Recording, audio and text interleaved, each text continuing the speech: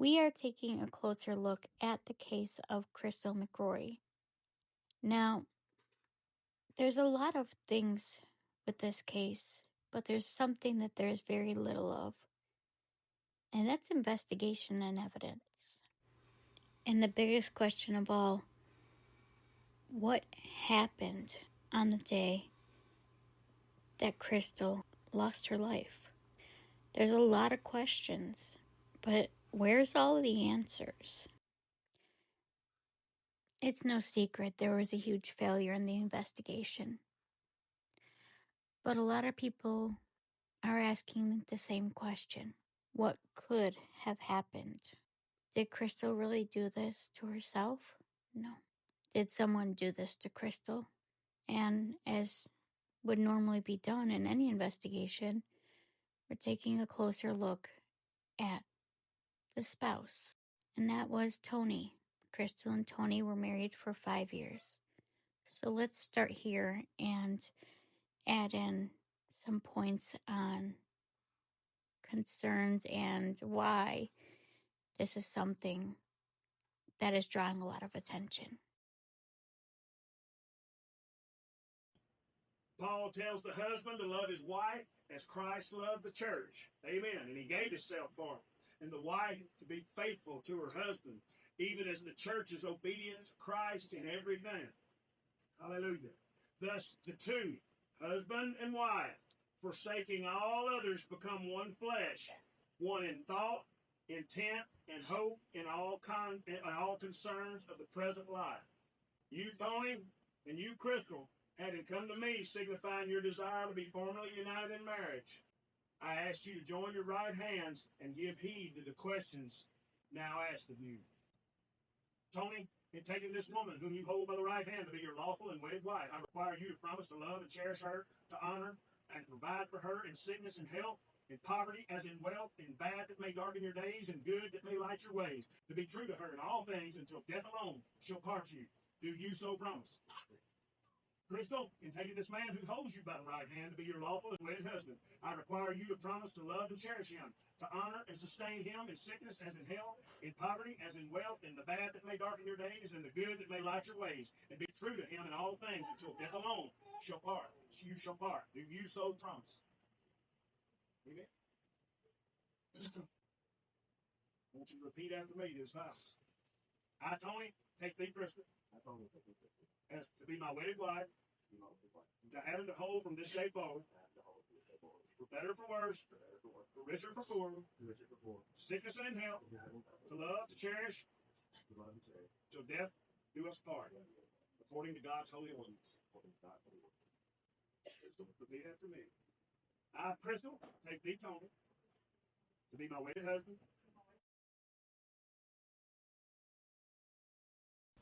When you have a family member and they die unexpectedly, there's bound to be a lot of questions. But what do you do if the people that find your loved one don't ask any questions? What do you do if they don't do their job? I had the video that I was going to make all planned out, this third one, until I reviewed the timeline. So now we're starting over because I cannot believe the things that have been ignored and the only work that had been done was by Crystal's own family. We have a timeline pertaining to the death of Crystal McCrory Jones, and it's going to show you all of it. The timeline, the most relevant events prior to the day of her death. But there's a lot of questions. I have so many questions that I'm sure many others have. Why were these things not looked into? Maybe the answer is obvious. So that way they wouldn't get the answers. Answers that they didn't want. For example, there was a Ring camera system at their home, and it had been updated on January 27th. Sheriff Scott Matthews retains the only copy of this email, but at the 22-minute and 20-second mark in Jana's McCrory meeting with him, she tells that they have a Ring doorbell camera and provide an email proof on January 27th, 2023, that a device was logged into the camera. Mr. Jones told Dane that the camera had not been active for a month. That's just one piece of evidence that could raise more questions. Just one. But there's so much more. We next have on the timeline February 7, 2023, a picture took of the email that was in the trash folder belonging to Mr. Jones. The email is dated for being sent February 7th at 9:15 p.m. When Jana opened Crystal's laptop and opened the browser, she was logged into Mr. Jones's Google account. The email account indicates Mr. Jones' location history had recently been turned on during the month of January. The email explains that the location history is a Google account level setting that creates timelines, a personal map of your visited routes and trips. So we even have the details, which I'll put here, and a timeline of the location history.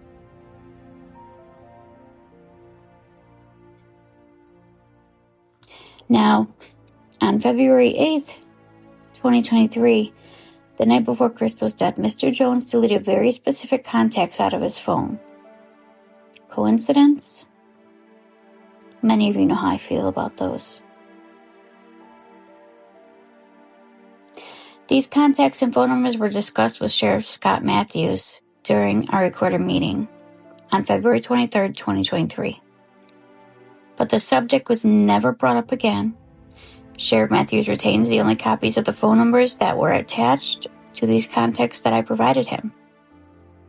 Sheriff Matthews can be heard at the 17-minute 30-second mark of our recorded meeting, instantly dispelling any wrongdoing or suspicion on Mr. Jones' behalf for deleting the contacts listed on the phone the night before.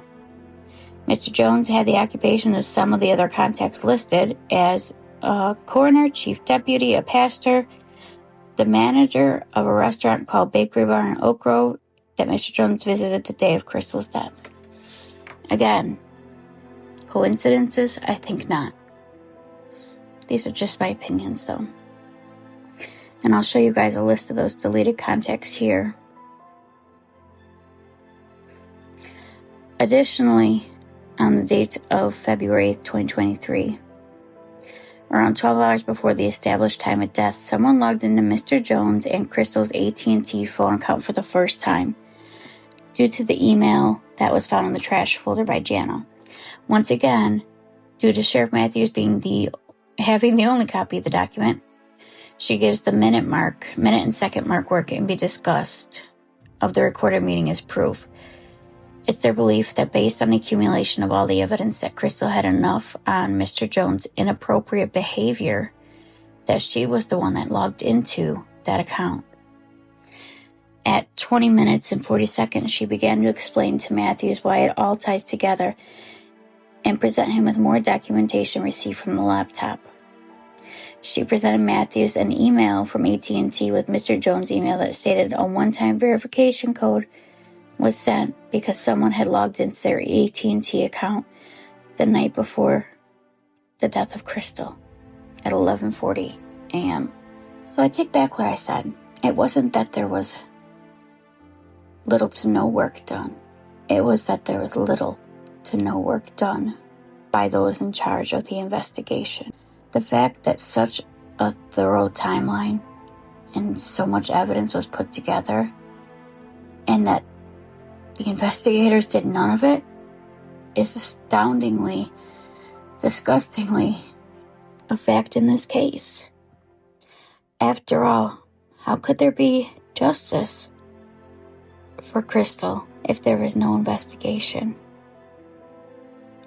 I don't think they counted on having Jana as Crystal's sister and the lengths that she would go to get the answers that she needed.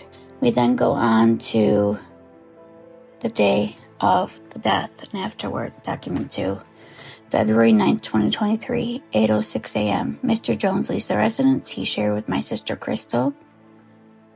8:54, Mr. Jones arrives at what was confirmed as the 5300 Candace Lane to work on a refrigerator. 9:59 a.m., Mr. Jones leaves Candace Lane. 10:53, Mr. Jones arrives at 305 East Main Street, which is marked as work in Mr. Jones' Google account. That's strange. Why would you mark it? A lot of questions. The address belongs to this address belongs to the West Carroll Sheriff's Department. And that's what he marks his work. And that's who is investigating, who did not investigate Crystal's case. 11 a.m. Crystal's estimated time of death as reflected on her death certificate given by West Carroll Parish Coroner Lewis Carter. 11:09, Mr. Jones leaves the Main Street address, and 11:11, he arrives at Constitution Avenue. 11:53, Mr. Jones leaves Constitution Avenue, and at 12:01, Mr. Jones arrives at Forest High School located at Clover Street on Oak Grove in Louisiana. This is where Detective Alan Irby says Mr. Jones was at all day working. Well, I hate to burst your bubble, but all day would include all the time before 12 noon. Just saying. And as an employee of the public school system, Jana says she is aware that school systems do not allow private maintenance workers to simply come into schools to work on things. Aside from the fact that Mr. Jones' LLC license had been revoked for years, do we know what this was revoked for? That's the voice in my head of my many personalities that I've now developed reading through this timeline. So he is not insured. A bookkeeper would be unable to pay Mr. Jones for his services out of a checkbook without auditors finding the school system at fault. So, are more people involved in this?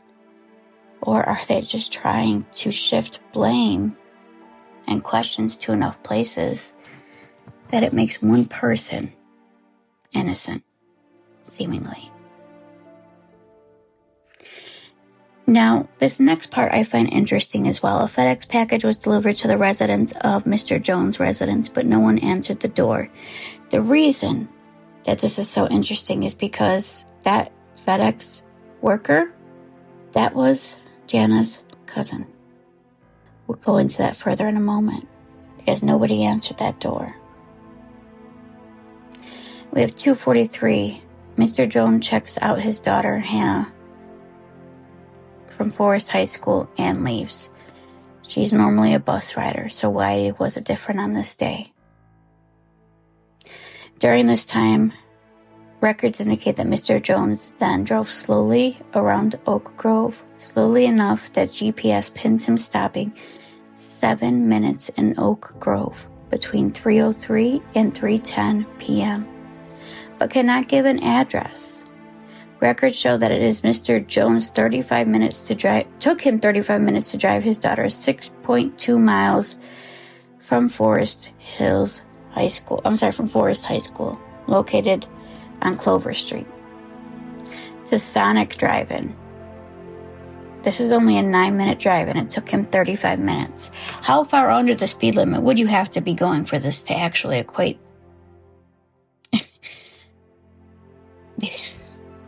It's astounding.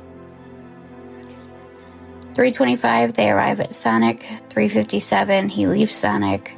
4:03, Mr. Jones arrives at Walmart, and 4:11, he leaves Walmart. 4:16, Mr. Jones' Google search shows he searched the East Carroll Medical Clinic, Lake Providence, from a Galaxy phone. That at 4:16 p.m., Mr. Jones arrived at an undetermined address in Oak Grove. located 1 mile from Constitution Avenue in Oak Grove. He is there until 4:37, when Mr. Jones leaves the undetermined address in Oak Grove. At 4:44, Jana receives a call from her brother Dane, stating that he had just gotten off the phone with Mr. Jones. Mr. Jones called to tell Dane that their sister Crystal was just found deceased in their home in Goodwill. Mr. Jones stated that to Dane that he had called Officer Chuck Harris to go check on Crystal because he had a karate studio full of students. Well, which one is it? Is it the karate studio full of students being at the high school? I mean, there's like 15 million places he went to that day. The Google timeline shows records that Mr. Jones aimlessly drove to several different locations after checking his daughter out of school. Chuck Harris was the one who discovered Crystal's body, and Chuck Harris's social media page has him currently employed as a resource officer at the West Garrow school system. Are you kidding me? I know. You're not. And sadly, this is the reality for just one family. 4:51, Mr. Jones arrives at the residence he shared with Crystal. It took him 14 minutes to get from the last verified address on Constitution Avenue to the residence, after being told his wife was deceased. 14 minutes is the exact time it should take for the drive while doing the speed limit. Mr. Jones did not rush at all to his residence. 4:52 is when Jana left her residence and drove to their home, and she arrived at 5:08. What should have been a 26-minute drive took her 16 minutes. And she had to go through 3 whole different towns. Now, upon arrival, there are several marked patrol cars along the sides of the road with their emergency lights, as well as a coroner-type vehicle pulled into the driveway. The front yard was roped off by yellow crime scene tape. On scene, she was met by Mr. Jones. He embraced Jana and simply stated, "It's a single gunshot wound to the head." Without response, Jana proceeded to walk and stand at the furthest corner of the yellow crime scene tape, closest towards the road and nearest the coroner-type vehicle. Jana was approached by Mr. Jones' teenage daughter, Cheyenne, who simply hugged her with no tears and said, "My best friend is dead." Mr. Jones stood about 3 to 4 feet from me. A gentleman approached Mr. Jones and stated to Mr. Jones, "We still have to send her body for an autopsy." The gentleman then proceeded to drive the coroner-type vehicle out of the driveway and back into the driveway. Why? Mr. Jones then looked at me and stated, "I kinda hate to ask this, but do you want her services in Bastrop or Oak Grove?" I very sternly replied with Bastrop, as more of Mr. Jones' family seemed to appear out of nowhere. Some were there when Jana had arrived, and others arrived afterwards. Only 2 approached her to talk to her. These 2 individuals were Sherry and Angie.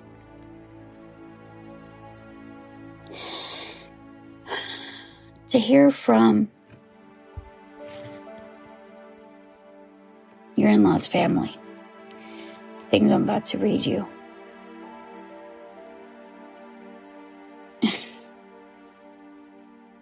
I can't believe that they would have the audacity to even say those things right at that moment. Sherry proceeded to tell Jana how sad her sister was and depressed.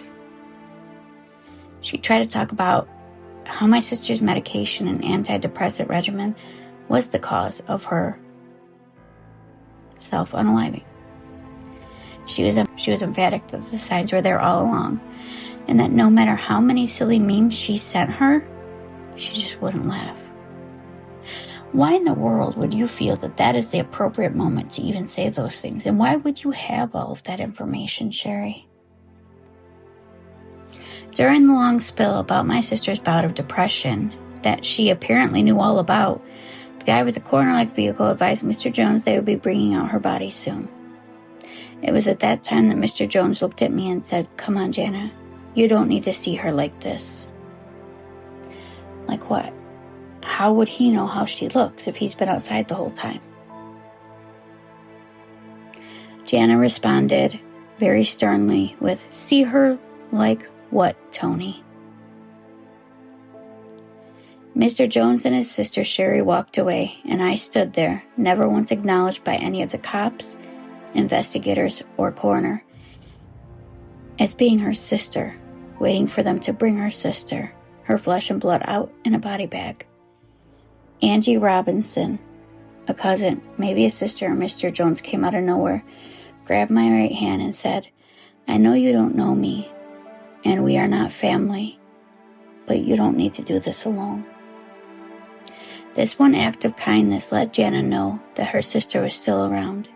She made sure someone was going to be there to watch over her baby sister one last time.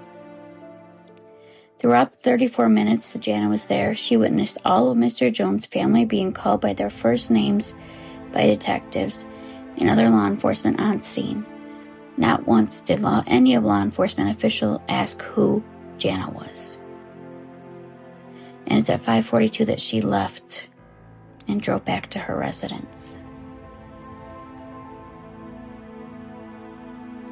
After that, Mr. Jones left the residence and drove 12.2 miles, and it took him 42 minutes.